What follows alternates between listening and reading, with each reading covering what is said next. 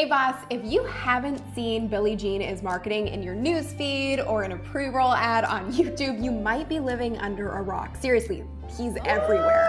And it's with good reason. I mean, he did call himself Billie Jean is Marketing, so he's kind of synonymous with it. I am so happy to share this full interview with you. I went to Billie Jean's office recently in San Diego where he was interviewing me, and I decided to turn the tables and actually interview him. And yes, we talk about marketing tactics, specifically paid advertising and how to start from zero. But more importantly, we dive into the deep stuff. We talk about how Billie went from $50,000 in debt after his first failed business venture, moving back in with his parents, and now having a multi-million-dollar global brand. Billie Jean is one of the top online influencers, educators, and practitioners in the world. Through his one-of-a-kind online courses and Facebook live streams, he is revolutionizing the education system by teaching important and necessary entrepreneurial skills that schools just aren't teaching. He spends up to $200,000 a month on his personal brand, leveraging unique video content and ads on billboards, podcasts, Facebook, YouTube, and Instagram. With 22 world-class employees, his ads agency has worked with some of the world's largest franchises and is sought after for their repeated, proven success in turning clicks into customers. I wanted to share this entire interview with you, and yes, it's a little bit different than most of my videos on my channel, but I think it's important that you see every single piece of this because we dive into so many important parts of the entrepreneurial journey, the good, the bad, and the ugly. We talk about the winning mindset that you need to have when it comes to being an entrepreneur, the difference between success and happiness, how to hire a team, really the #1 secret to hiring a great team around you, and a whole lot of online advertising tactics when it comes to paid, and I touch a little bit on organic. So without further ado, let's dive in. Just a little warning, if you are around kids or are offended by swearing, there is some colorful language, a lot of colorful language in this episode, and I chose not to bleep it out. We're here with the one, the only, Billie Jean is Marketing. Welcome to the Sunny Show. Hey, thank you for having me. I appreciate you. I am so happy to have you I'm going to cut you off right now. Oh, no. I've met a lot of people in this industry. Like a lot. Like all the people that are followed and shit and spoken a lot of stages.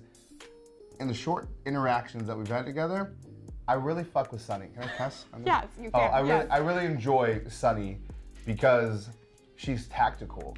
Like, you guys are listening to Sunny, and there's so many people who like will hit you with just like the motivation or just like all this like woo-foo stuff of just manifest your future and shit. And there's a place for all of that, but strategy is missing right now in the entrepreneur space as far as like what to do step by step.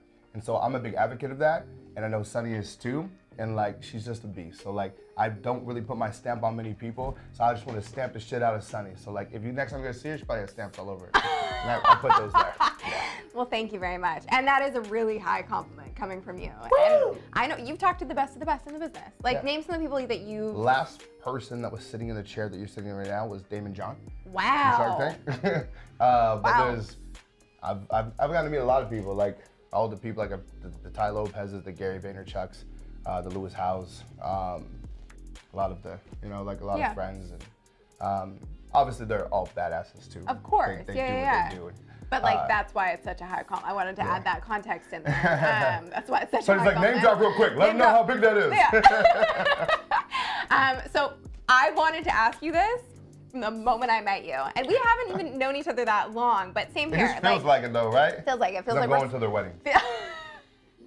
Apparently, somewhat invited yourself to my future wedding, which is 100%. I'm not engaged, guys, so I'll tell you when that happens. But I've been wanting to ask you this from the moment I met you, and I'm so curious. Where the hell did Billie Jean is Marketing come from? How did you proclaim yourself as that? As marketing? Yes. I guess, ironically, I manifested. Nah, it's actually a fucking stupid story. I bet it's not. Well, I was living at my mom's house because that's what all great entrepreneurs do. Yes, you start at mom's because she's cooking and stuff. And I kept seeing this director getting recognized and blowing up and like being the talk of the town and stuff. His name was Tyler Perry. Oh yeah. You know, everyone knows Tyler Perry because he does like every black movie ever, and like that's his thing. So, but I was like, I still don't understand like how do you know a director's name? Most people don't know the director's name unless like a James Cameron or Quentin Tarantino, something like that. And I kind of reverse engineered it. And every single movie that he created, he titled Tyler Perry Presents. Tyler Perry presents blank. Tyler Perry presents blank. And when a studio gets behind a movie, they allocate millions of dollars to advertising. They give you a giant advertising budget. So now they're literally advertising his name and he's getting it for free. So I was like, holy cow, he like made himself to what he is today. And as a result, his net worth is over $500 million. And I saw this outside looking, I was like, holy cow. And then at the time, in marketing, it was like in digital marketing specifically, it was always these like corny, like older dudes who like had no personality and they were super stale. And I'm like, yo, like this needs to change. Like entrepreneurship should be cool. And I've always had a passion for like showing minorities a different way to be successful other than sports and music. So I saw like entrepreneurship is that thing that like, yo, this is really cool too. You can impact people and all these other things. So I just saw Tyler Perry, everyone knows his name. That's the key to having a high net worth is being recognizable and having a brand and having influence. So when I was coming to the marketing game, I'm like, no, I don't want anyone to not associate me with marketing. Like when, and there was no name on it. Like almost, when you think of soda, you think of Coca-Cola or Pepsi. When you think of video games, you think of Xbox or PlayStation. When you think of marketing, there's you. Exactly. So I saw the whole, and I was like, if we can just take the title, then that opens up the world. And that was it. So let's start with living at your mom's house. Let's bring it back. Hey, I've done it too. I think it's important to show the journey. So we call the audience, they're my bosses, and be your own boss, build your own life is the tagline. And that's what I want to show that journey for you, because I'm in your office. I came in here and I was like, holy shit. This is a big office, a lot of staff. Just on your video team alone, you have 4 people. 5 people. 6, wow. So how do you go from mom's house, I'm assuming solopreneur at that point, for sure, to massive office, huge staff? Well, you go to mom's house because you have a mobile oil change company that did not do good, and you go into a bunch of debt, and then you were living at friends' houses, and then you're 50 grand, and then your car gets towed, and you literally get desperate. And you know, my parents were mad at me actually at the time because I didn't finish college to chase this entrepreneurship, and so we didn't talk for years. And so finally they let me back into their house, but it was out of desperation and embarrassment. Like I was in my mid-20s or early 20s, and at the time I went to the University of San Diego, so all my friends were like in finance and accountants, and they were like doing these things. They were buying houses and shit, and I was like living back at my mom's house. So I remember going out with them specifically, one, never having enough money to like buy the round or drink. So like when it was round robin, oh, Billy, it's your turn. It was like, they would skip me because they knew I didn't, you know, I couldn't have it like that. But then the worst part that really made me feel bad is when I would meet girls and I'd be out and I'm like hollering and stuff, and they're like, hey, like, you know, where do you live? That comes up. And I'm like, oh, you know, I got my roommates. Mom and Dad. Yeah, I got my roommates. Like, you know, you don't want to say it, but like the reality of the situation was my roommates were my parents. And like, so it was pretty, you know, at that point, you just have to accept the truth of I was an entrepreneur, but honestly, I was a loser at the time. And I think that's hard for people to recognize is like, you have to call your L's. Yeah. I was losing. I was doing something wrong. I was off. I was learning along the way, but I was in a bad place. So anyways. Can I just, I have no pause right there. Yeah. I'm gonna pull you. I'm gonna pull you. Just pause it right there.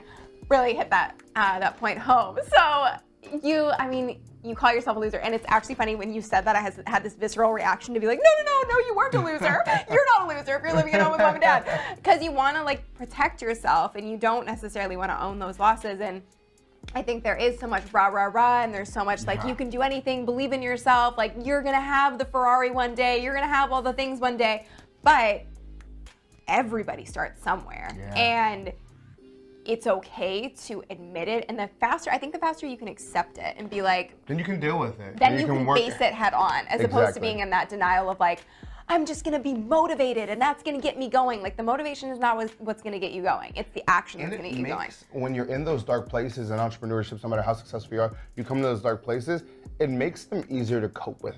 Because you realize, yeah, I'm losing right now, but it's temporary. It's not my forever. And that's why I try to remember, like, damn, Billy, you really fucked up. So that I don't belittle and I can truly learn from it. And that's kind of it. So anyways, long story short, I'm skipping a bunch of stuff, but there's other stuff you don't need to know about. But I learned about this thing called Facebook ads. And I learned like 5 or 6 years ago. And before anybody was allowed to advertise in the news feed, like I saw that feature get unlocked. And no one was using it for local businesses, dentists, chiropractors, gyms. Like, and I was like, okay, well, let me try to run advertisements for this. And long story short, I blew up. I remember the first like gym I worked with, I brought them 123 leads in one day. Wow. And this company told me, I charged them like $1,500 and they go, hey, you know what, Billy, they canceled the last second. We were supposed to get started that day. They sent me an email and said, we can't move forward. We just hired a manager from Equinox, one of like the bougie gyms in LA. And they said that they tried Facebook ads and they don't work. So at this time, 5 years ago, it's like 6 years ago. So like no one was hyped on it like this. And so I was like, I sent me an email back and I was desperate. I needed the money. I was like, I can't be at my mom's house anymore like this. And I said, if you don't, this is a true story. If I don't make you the money back, I will pay you back every single penny and then I'll double it. I just need you to give me this opportunity. Did you have that money to pay back? No. Oh my God, putting your Not at all. Yeah, I had no way to pay it back. There's no way I could pay double. The only choice I had was to fucking win. And guess what? I fucking won. 123 leads in a day. They called me back the second day, said we have another gym in San Jose. Boom. That 2 locations turned into over 300. Wow. And then I started working. Now, that was like fast forward, but 300, and that's when I really started hiring and like building a team and things like that. Totally. And I think it's really cool because the people that you have here, and when I walked in, this is something that I mentioned and really is a testament to you. A lot of the people that are here have been with you a long time. So a big question that I'm asked all the time is like that team building aspect, because we both were talking about this earlier. It's hard when you're in solopreneur phase because they're like, okay, cool, I've done it, I built a business, I'm getting revenue in, but like I have no life and I can't do all of the things in my business. This is huge. I'm glad you're asking me about this. This is a lesson for everybody who's in a solopreneur phase, and it's probably the most valuable thing I can give today. And it's a mental thing, and it goes like this. Most entrepreneurs, when you're solo, you put everything in your business. You sacrifice your life, you sacrifice your friends, you sacrifice your happiness maybe temporarily. You're failing, you're getting beat up, your friends are talking shit behind your back about how you're not doing. There's so much negativity that comes, and sometimes it can last for years. So when you finally break through and you're making enough money to support yourself and live the lifestyle that you achieved, the idea of hiring someone else feels visceral. Like it's like, I just worked so hard and now I'm gonna give you my money? Are you crazy? And when I give you money, you can't even do what I do. You're not even as good as this, and da-da-da. And you built this quick resentment for that person. And here's what people don't talk about is, just like when you start your company, you have to invest a lot and like take time.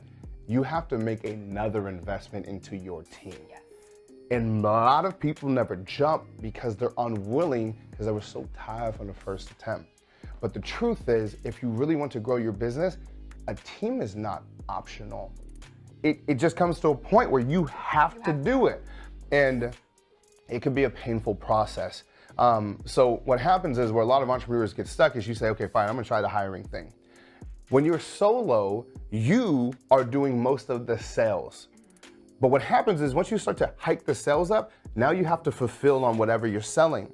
When you jump to the fulfillment side, you lost sight of the sales. So you keep running in this hamster wheel of sales fulfillment, and you never get out of it. And some people, matter of fact, most business owners who do survive, they stay in that rut for 20 to 30 years.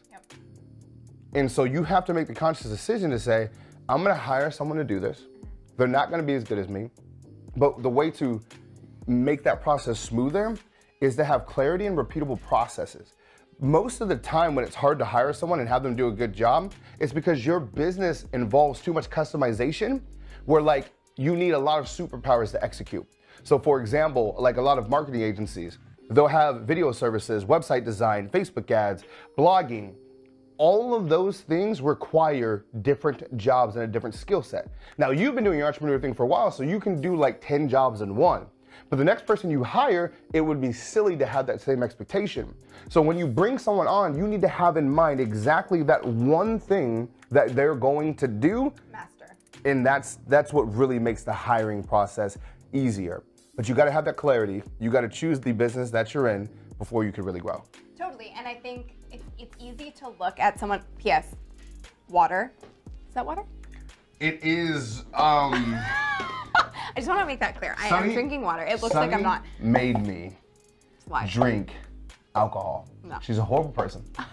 And it was just, I did not want to, and here I am. Here we are, everyone. Damn it. Peer pressure. Sorry. At its finest. So a lot of people look at someone like you or any of the big names in the industry, Gary Vaynerchuk, Lewis Howes, Marie Forleo, all of them. We look at them and they're like, it's one person. It's one person. That one person is running the show. Said no successful person ever, right? And I always say this, I'm like, have you ever seen any corporation that is run by one individual? No. It's not, it's not You know possible. what's funny? Grant Cardone, he sat in that chair that you were sitting in too.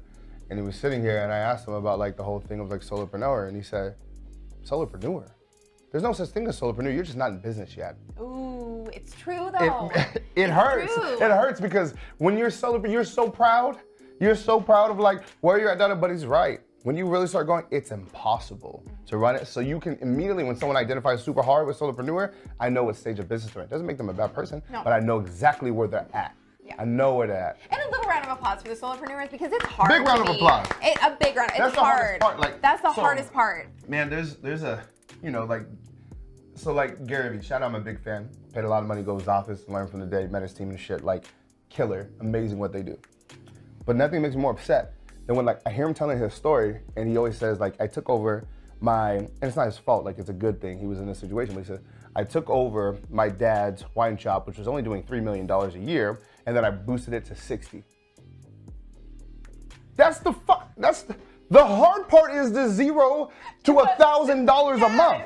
Like that's the whole game. So I get so irritated when I hear that narrative and then hear the narrative behind hustle, hustle, hustle. Now granted, that doesn't discredit what he's created and what he's done, but please stop, because the sacrifice that goes into that first 1,000 or whatever the fuck it is, it's on God. Like a lot of people think that hard work is what you get there, but it's really sacrifice. Oh yeah. So on like, for example, New Year's, during New Year's, everybody talks about like, what's going to be like the new habit that I create or whatever. It shouldn't be about new habit. It's what's the things you're choosing to give up to gain something else. That's what your focus should be on, because that's the hard part. Absolutely. And I think, I really appreciate that point. And I'm a huge Gary Vaynerchuk fan as well. And I think it's important to really go into that piece of the hard work because it looks so glamorized. It looks so glamorized. And like, you know, people look at you got your blue Ferrari, it's awesome. But it's taken a lot of sacrifice to get there. So talk through, you know, some of the sacrifices that you've had to make to get to this stage now. And are you still continuing at this point to make sacrifices? Twofold question. So I'll get to like what are the sacrifices now. The sacrifices then it starts like little things like choosing to face embarrassment and, you know, having to eat your ego. And it's kind of sounds like a weird sacrifice, but like really you're truly eating shit and you have nothing to show for it. So like when people say something to you, you can't even be like, well, you don't have anything. Like you just have the things that you say you're going to do, which is virtually nothing. Other sacrifices are friends. Like you miss weddings, you miss birthdays, you will lose relationships. A lot of people don't talk about that because they always try and glamorize entrepreneurship, make it seem so sexy. But you're gonna lose things. Also too, entrepreneurship in the beginning stages, it requires a disgusting amount of selfishness. And it's okay to be selfish because you're ultimately sacrificing to build a foundation so that you can stand on that foundation to help the ones you love and you care about. But there's a period of time where like you can barely help yourself. So I lost a lot of friends that I don't fuck with anymore. That whole you're average of the 5 people you hang out with, like, please take that to heart. Everybody's heard that quote a million times, but then you still kick it with the same clowns. Just ask yourself, like, what would life be like if you hung out with the people who were living the lifestyle that you wanted versus the people who are talking about having it? Their actions are different. Their mindset is different. You can tell everything you need to know about somebody by their conversations. If I meet somebody, first thing they're doing is talking about other motherfuckers. I'm like, yeah, I know where you're at. Yeah. You know? Other sacrifices now, I was telling Sunny this earlier, is like, my business became, through that sacrifice and that journey, my whole entire identity. This is so important. And like, there was no life outside of it. It was just like, everything revolved around the business. And then as you kind of get more stable, like one of my mentors, Jim Bunch, he talks about this essential model of humans. And at the bottom of the pyramid, imagine a pyramid, a triangle with 3 slices. At the bottom are needs. When someone's in the needs phase, they're only worried about survival, making enough money to get by, and most of people in the world, they stay there. Once you graduate past the need, you go into the want section. And the want section is like, I want the cars and a house and vacations or whatever there. And then once you hit that, you go to the value section. Very few people ever hit the value section. And what happened with me, as we're talking about now, is I did the needs thing, then I hit the wants. I have a Ferrari, a Bentley, a Tesla, a fucking penthouse, an office with like 27 people. We're building out a custom studio, spoke on all the stages I want to, and have all the badass entrepreneurs on my cell. That's not to brag, that's to give you guys perspective. And I'm here, I would wake up feeling more depressed than I ever have in my life. Wow. And people, it's hard to talk about because people go, look at my life and they go, are you kidding me, man? You got people asking you for pictures, like they say all this shit. But I just felt empty because I didn't get clarity on my values. And I was living a life where I was doing all the cool things, but I wasn't being fulfilled. Success is different than fulfillment. And you realize, ironically, the whole trick with this pyramid is you can find fulfillment even at the basic level. That's why you can go to like other countries and deal with the indigenous people who are like the happiest people on the planet. I don't know, it's a whole different thing. I don't want to go like too sidetracked, but like, but I relate it's to real. this, and I relate to this so much, and I've talked about it a lot recently, because it is a really weird thing. You get to this place that you've always dreamed of. You hit the number that you've always dreamed of in the business, and I now have a team around me, and I, have the biggest community I've ever had, and on paper and from an external place, looks like life is really, really good. Never been more anxious in my entire life than I have been this year. Had the best year in the business, never had more anxiety. And for me, how I put it now is like, I think that's so true. It's just like redefining what your value is, because money has never been the thing for me. Like, I've never been motivated by money or by things, but I'm at a place now where I feel like I've done the money thing. Like, I feel like I'm okay, but that's not making me happy. And my head has been so down and so in the business that when I came up to breathe and I was like, you know what, I can breathe now. Like, I have a bit of freedom. I was like, but who am I and what do I really want in my life? Who am I? Wow. Who am I? It's so real. Like, Lori Harder, I had a great conversation with her. She's a badass. She was just on the show. Yeah. Was she? Yeah. Oh, well, shout out. You guys should watch Lori's episode. She's great. And I'm sitting with her just a few weekends ago up at Lewis's thing. And I told her this. I was like, yo, I'm just in this spot of like, I just feel like I'm not happy. Like, it's really fucked up. And I just recently went through a breakup, which is a whole fucking different thing. So you get to this point where I thought giving would bring me happiness. I thought that giving to my team would make me happy. I thought that giving my daughter all these choices would make me happy, and taking care of my parents would make me happy. It was all like the students in our community and teaching and impacting that would make me happy. And to an extent, it does. Lori brought up a good example. She says, great, Billy, imagine you're like a jug of water and you're just pouring into other people. You're pouring. Eventually, when you pour so much, what happens? You get empty. And I felt this like emptiness of like, holy shit, everyone in my life is like, I'm pouring into. Who's pouring into Billy? What do you what is Billy? What is Billy doing? How is Billy being happy? And so I'm like looking around, I'm like, damn, I don't really have anybody who's like on me. And so I was like, that's why I'm feeling so empty. And so I just made a plan. I was like, I need to just commit to like finding ways to make me happy and like finding, and I didn't know because for so long it was just business. Yeah. So finding new happiness, they're like, what do you like to do? Do you have hobbies? I'm like, no, motherfucker. Business was my hobby, right? Like, yeah, and it becomes your whole identity. So let's talk about that. What are the things that you're discovering that make you happy? Well, so there was the other fucked up part, is before I was in a relationship, and I've been in San Diego my whole life, it's always been partying. Like I was a partier, like we go to the clubs and popping bottles and just chasing girls and like all these really destructive habits. Yeah. And so now I'm trying to find myself, and I'm like, I don't even know how to create that happiness outside of the destructive habits that I had before. Right. So I'm in the process of discovering that right now of like, whew, Billy, what's my thing? Now, luckily I have my daughter, and my daughter is that constant of like, this is my thing, like being with her. But then even outside of that, it's like, I don't really know.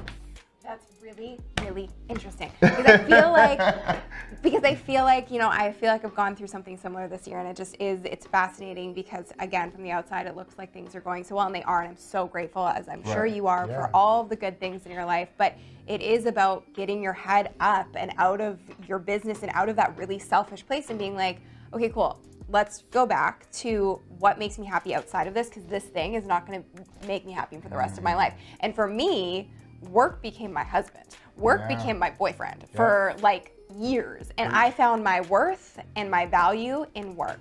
Wow. And so trying to separate the two and really figuring out what my value was outside of that. And I talked about this in a YouTube video recently.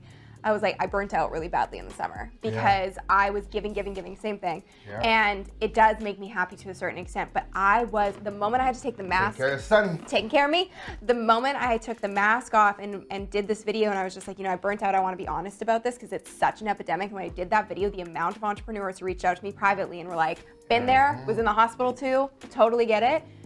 And I lost sight of who I am and what I want in the mix of it because I was giving so much all the time, and it was terrifying for me to talk about anything else other than just educating people. Wow. Because if I educate you, you can't dislike me. You can't say something mean. So what I've really been honing in on and discovering in the last year, and I read a really good book on it recently, and I'm totally blanking on the name, but I'll put it in the notes. It was about the fact that we all have an inner critic, and we also have an inner mentor. And that inner critic is really speaking the things that people may be saying externally that you're so afraid to hear. Wow. And it's not you. You have this mentor that like 10 years from now you want to become, and that's the person you want to be listening to on a daily basis. But I was listening to that inner critic for so long that was like, you're not worth anything unless you're providing value. Woo. So didn't expect this was going to go here, but hey, this is what happens. This tends to happen on every episode. What have you found out since like having that moment about yourself? Like really like just breathing and understanding that like this business is being aware of it, right? Being aware of it, being aware of the critic. So now you can like name it. And like, so you hear the critic of being like, you know, shut the fuck up. Yeah, I hear you, and you shouldn't be, or like you shouldn't be doing this, or who are you to be doing this? Because there's other things that I want to be talking about outside of YouTube or online marketing. Like this was never the game that I wanted to get into. I love it. I love helping people. I've helped so many people leveraging the power of YouTube, but I have big plans for what I want to do and the impact I want to make. But this little critic in my head is like, no, stay in your lane. Do your thing. Only talk about this. Don't talk about anything else. It's so funny listening to this. I appreciate you sharing this, and like I'm vibing with it because I think we get each other on this. But no matter what level you're playing the game at, it's always mental. It's always mental. But I definitely encourage you guys to find ways early that you're getting filled up as a person, because like it's just kind of the role, especially like as you grow a team. Like when you grow a team, like you're kind of the leader and you're responsible. So like just from the dynamic of the relationship, usually it's like you're always checking on them. You're always making sure it's okay. You almost never get a call that says, are you okay? Yeah. And you can't have resentment for that. You have to realize that's what you signed up for, and don't hold any malice for it, but like, know that's what it comes, and find other ways to make sure that you're being taken care of. Because if you're only giving to someone because you're expecting something in return, you're gonna live a really unhappy life. You know? And I think, 100% that piece of it, and then also within the space that we're in, and anybody nowadays, because everybody is on social media, like if you put too much weight in either the critic or the mentor or the positive or the negative, you're hooked. Yeah. It's getting to a place where you know yourself well enough to be like, I don't need the feedback that's positive, and I also don't need the feedback that's negative. Ooh. And that neither one can shift you. And I think that's where you get to a place of true success, is really knowing who the F you are. And that's the hardest thing in the world. She said who the fuck you are. Which is sad for you. I don't throw that often here, but out. we are now. But I think like that's really what I've been discovering. And so and for me, so maybe this will be helpful for you, I don't know. But for me, what I went back to was like, what did I enjoy doing before I had a business? What did I enjoy doing when I was a kid?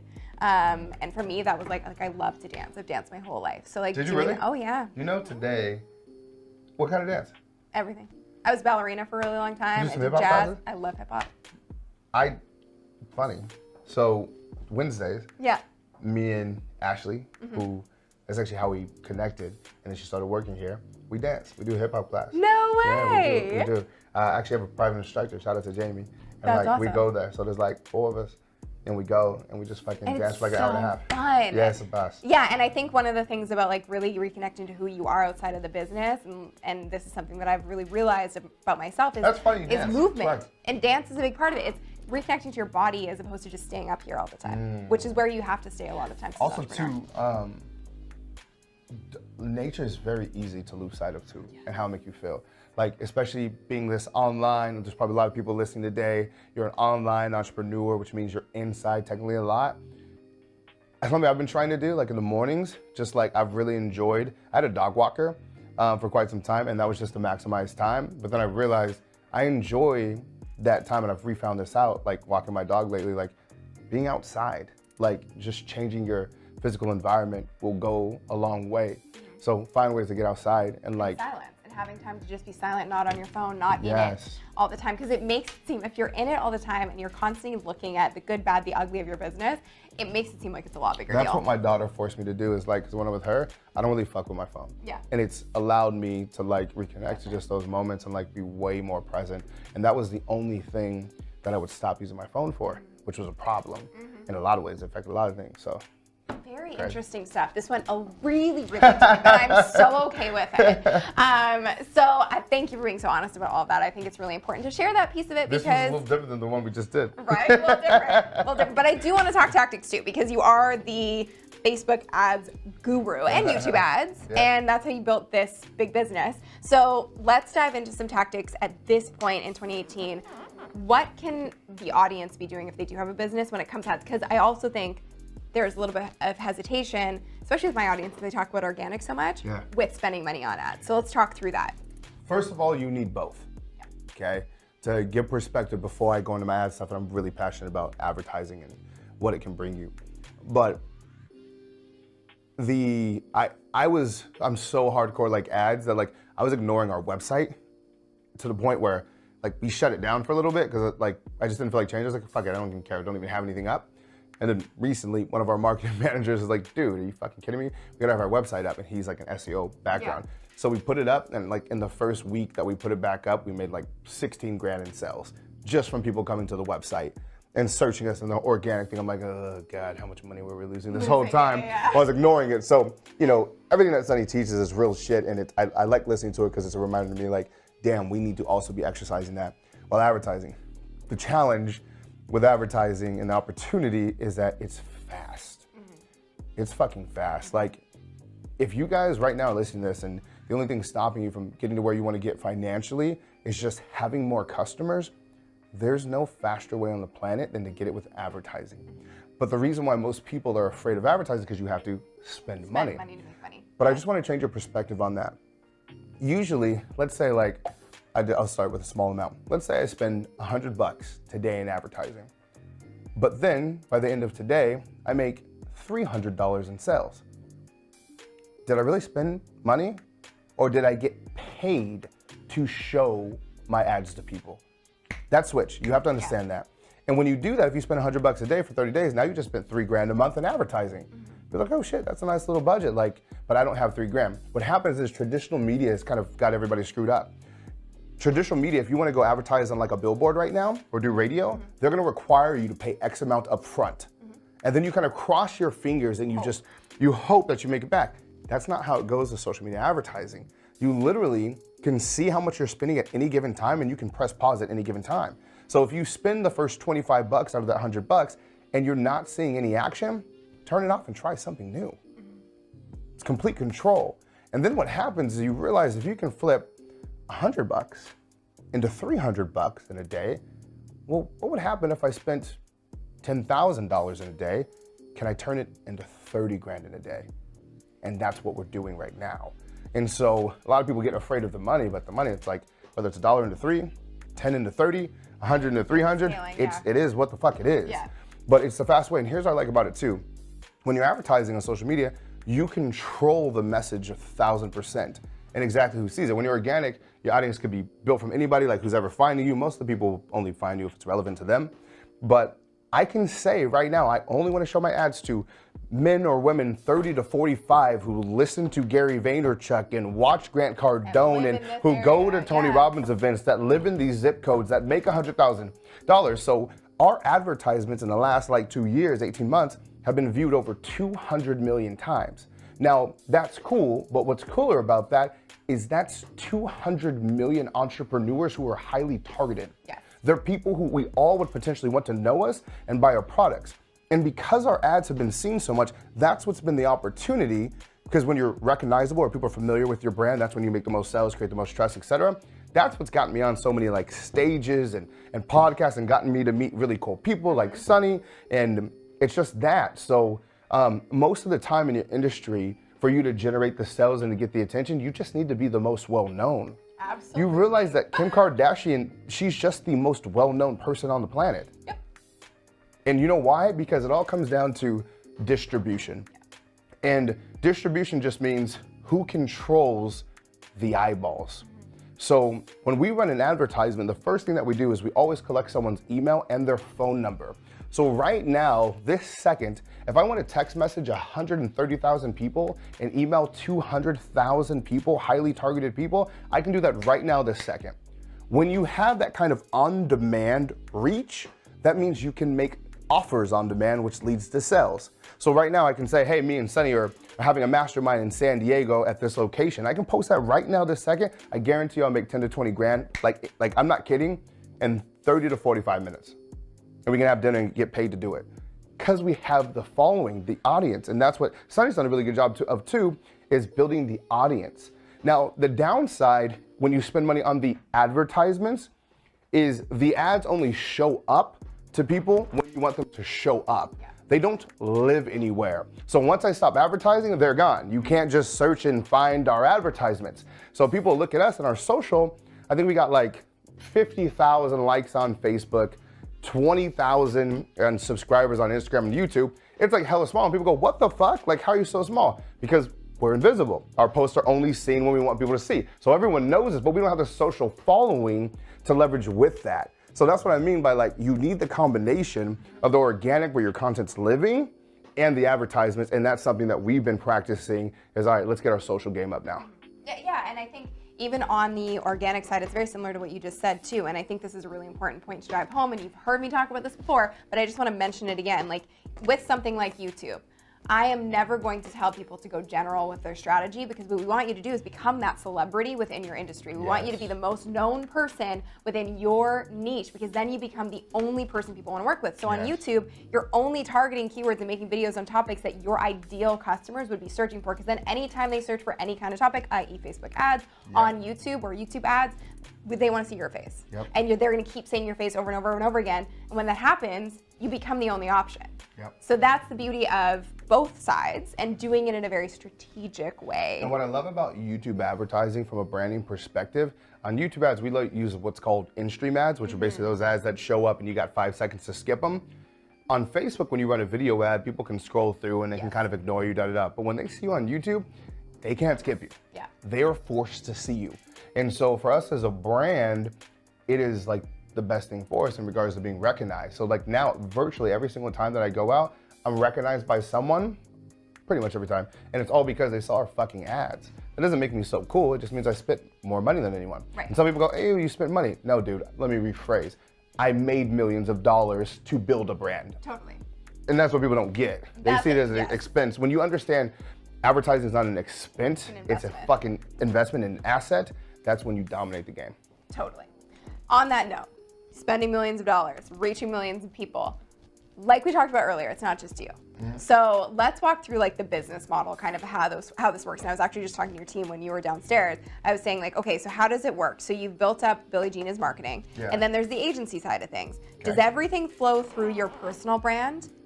So everything flows through Billie Jean as marketing, and for years I solely did agency work. Right. Meaning people gave me money, and my job was to run advertisements like the ones I'm describing to bring them customers. So just like doctors will always make a shitload of money because they save lives, lawyers will always make a shitload of money because they can get you out of jail. Well, lead generators will always make a shitload of money because you are the blood source to businesses. Without customers, they don't exist. So for a long time, I loved my business. I would just run ads, advertisements, and people would pay me month after month after month because without me, they didn't really survive. And then people started saying, well, shit, you can't learn this stuff in school. So what are you doing? And that's how I got into the teaching side of it all. Shit, where was I going with this? So you became a personal brand, because I think this is interesting. How you went from an agency, kind of behind the scenes a little bit, doing this for how many years? 3 or 4. Without actually having the brand. Yeah. Okay. And it was Billie Jean as marketing, but I didn't like have a website or a page. It was just like, that was the name of our company, and I just wanted brands to remember me. And we worked with some of the largest franchises in the world, from your Dave & Buster's to your Kias to your Orange Theory Fitnesses to Massage Envies to like all kinds of shit, right? And then when I started doing the education thing and teaching people how to do what we've created, that's when the brand really became a thing. And when I was an agency, people still recognized me as the marketing guy, so I was totally cool with them still recognizing me as the marketing guy, but now you have this option to learn from the marketing guy because they got to see like the agency progression. I just want to drive this point home. I actually would like to stand up, but I think I'll go out of frame. You did not start teaching anything or building a fucking personal brand until after you knew what you were doing. I will stand up with you. Okay. It's some bullshit. Like really, like that's why I laugh now. Like when I see these like educators like come out and they're trying to fucking start a course and they've done that one thing one time, if they've done it at all. I'm like, bro, we've done this for years. This is what we do, and that's why we've been so successful in the teaching space, because everything that we teach is from real experiences and real companies and things. So when people would see our shit, and I'm like, here, I'm just gonna give you the exact ads we use for these companies, no one was able to compete with us. So from like a values-driven point, we could just crush everybody because we just had more real-life case studies, and even still today, that's our thing.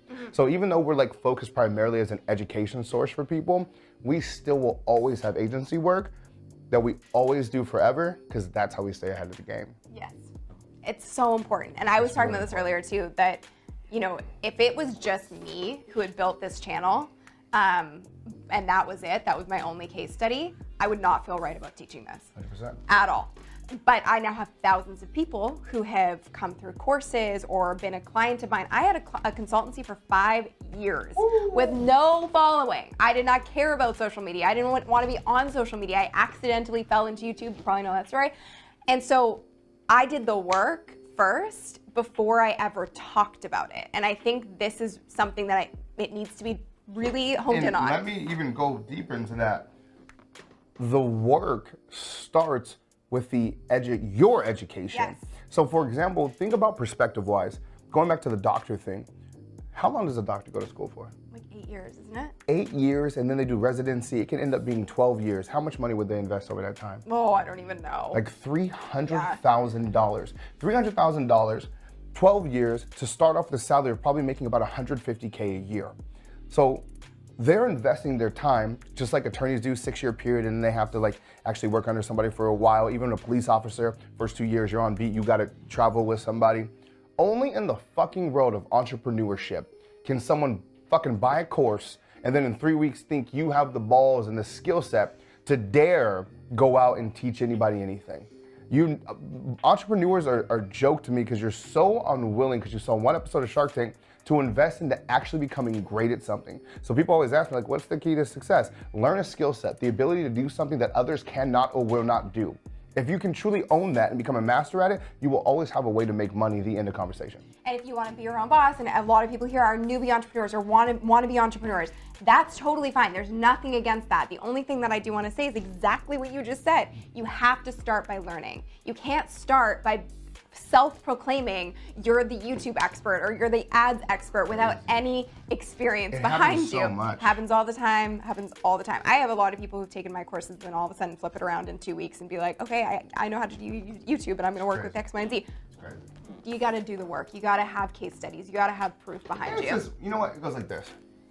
Treat others how you want to be treated. Yes. Would you ever want a doctor to perform on your child open heart surgery if all they did was go to 3 classes in med school? You'd be like, are you crazy? Don't go, man. And you would sue the hospital and everything else. But that's what you're doing to businesses. Yeah. Ooh, we're just gonna stop it right there because that was, yep. So if you're just starting out, again, no shade. This is nothing against you. It just means it's time to start investing. She's not throwing shade. I'm definitely throwing shade. It's in a lovable way. In a lovable way. Yeah. It's just time to start investing. If you want an actual tip of what you should be doing, if you want to build a business, do the work. Start getting testimonials, start getting case studies, start working with people, start exercising your expertise. Make the mistakes because you're going to screw up. Yeah. It's guaranteed. My whole business was going off case studies. Actually doing it every single Which is piece really, really important. Okay, so we're going to do the speed round now. Okay. I have my questions right here. All right. Not one word answer. It's just as fast as you can answer them, okay? So penis. Did I get that right? Nailed it. Got it. Gut reaction. All right. Best business book every entrepreneur should read. Scaling Up by Verne Harnish, but it's not for beginners. It's like once you get momentum and you're building a company. Do you have a beginner book? Outliers, Malcolm Gladwell. Perfect. What are your daily non-negotiables? I suck. I probably don't really have any. I probably should have more. We're gonna work on that. Yeah, I was gonna say, like, that's horrible. Like, I stumped you. You did. Wow. I don't really have any. I'm That's okay. bad at that. That's okay. We're gonna work on that. Favorite kind of music to listen to when you work? I'm a little hood sometimes, so I like some ratchet shit every now and then. What do you consider ratchet shit? You know, like anything that people would probably twerk to. Like I appreciate like just like fun music, like getting hyped. It depends on what I'm doing though. Because then I'll also too, like I have Sonos in my house. So like when I wake up in the morning, I'm like checking emails and planning my day, talking to my sister. I'm like, Sonos or Alexa, play Michael Bublé. You know, so like I'll have that. But then like when in the office, I'm like, let's fucking turn up. Yes. Like, we listened to some hood shit this morning. Karen what? will tell Name you. an artist. Tekashi 6ix9ine. Okay. This song called Billy. If you guys want to hear some just really about fucking you? ratchet, it's not, but like it seems like it would. It's disgustingly ratchet. I love it. Yeah. Perfect. I'm gonna listen to that and put it in the notes as well. Best Please do. Best advice you've ever received from a mentor. There's never a lack of resources, just a lack of resourcefulness. And when Kevin Harrington was also in the seat, Kevin Harrington was also on Shark Tank, one of the original seasons. He sold billions of dollars of products like George Foreman Grill and everything. People, right now, I know a lot of your audience is thinking, you can't get to where you want to go because you don't have the time or you don't have the money. And the truth is, you just don't have the creativity. Because there's a lot of people with money. You can ask Sunny for money, you can ask me for money. And if you really found a creative way to sell it, you would have fucking money. It's that simple. When you own that truth, then you can start to change something. Until then, you will always be a little PAB. That stands for punk ass bitch. Wow. Yeah. Wow. PAB. Don't be a PAB. What are the three main characteristics of a successful entrepreneur? Creativity. Yeah. Salesman or woman. And the reason why I say that is because everyone's so afraid of sales, but the greatest entrepreneurs that you meet are fucking salesmen/women. Yep. Or saleswomen/men. 100%. And then the third one, willing to sacrifice. They're Perfect. willing to eat shit more than anybody else, and that's it. I love it. What is the biggest lie about online business? That it's easy. It's simple. Yeah. It's not easy. It's just, it's No business. every online business, there's an ad that's like, the simple ways to do blank blank. It's just not easy at all. There's so much to learn. I think that's the probably biggest lie is how much you have to understand and be good at to actually be good at the thing. Totally. Yeah. What are you most proud of in your business? Probably our team. What are you most proud of in your life? My daughter. Yeah. Okay, Those are kind of whack answers though, because like. No, they're good. Like, they're but they're just like, you know. Like, they're good. I would say You want to that. get more creative with it? Yeah, I think the team, because of, I think it's really cool to build some shit that a lot of people can reap the benefits from, and we genuinely have built something where we're changing lives. So to me, that's really cool. Well, knowing every single day, every time we make a sale, somebody has an opportunity to impact and empower themselves. You know what I mean? love that. And then my daughter, because of how difficult it's been for me to, especially since breaking up with my girl, like of being alone with my daughter, because you realize how much like she does, and it's really challenging. You have to have so much patience that I usually don't have. And so it's really been like, I'm proud of the way that I've learned to become a dad. I'm proud of you too. That's awesome. Thanks, Sunny D. That's awesome.